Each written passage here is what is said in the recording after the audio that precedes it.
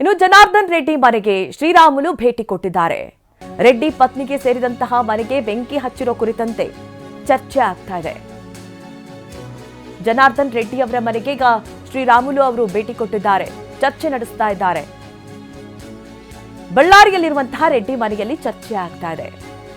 ಮಾತುಕತೆ ಬಳಿಕ ಘಟನಾ ಸ್ಥಳಕ್ಕೆ ಇಬ್ಬರೂ ಕೂಡ ಭೇಟಿ ಕೊಟ್ಟಿದ್ದಾರೆ.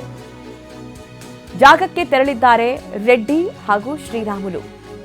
ನಿನ್ನೆ ಆದಂತಹ ಅವಘಡ, ನಿನ್ನೆ ಏನು ಜನಾರ್ದನ್ ರೆಡ್ಡಿ ಹಾಗೆ ಶ್ರೀರಾಮುಲು ಅವರ ಒಡೆತನದ ವಿಲ್ಲಾಗೆ ಬೆಂಕಿ ಬಿದ್ದಿತ್ತು.